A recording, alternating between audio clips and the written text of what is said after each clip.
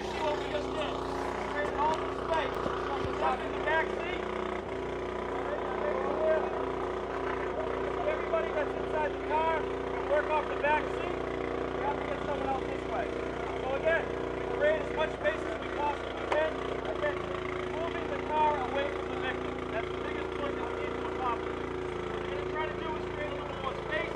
We're actually going to raise the dash up to simulate that the driver's feet are caught around the pedals. You see the space that we're able to get.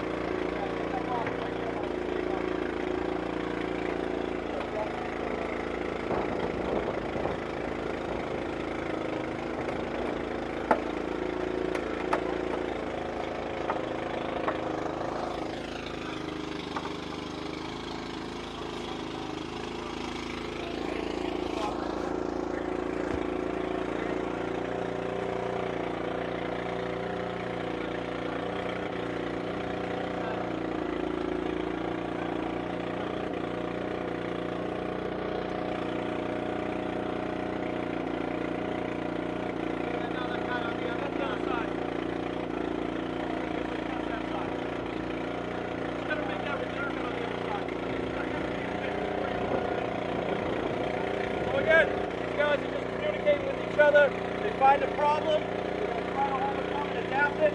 They're going to try to create as much space as they possibly can. Again, you can still be in the car at this point, you can still be holding traction. Again, it all depends on the seat, it all depends on the safety and the environment that we have you in.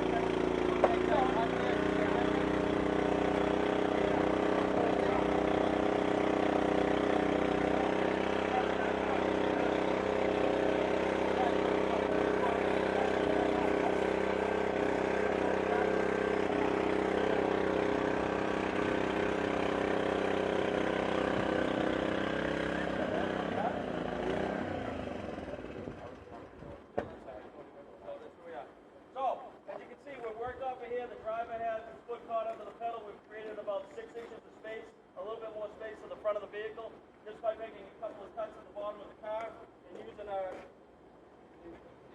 spreader here or our jack here, and we set it into motion the ram, and we create enough space down at the bottom.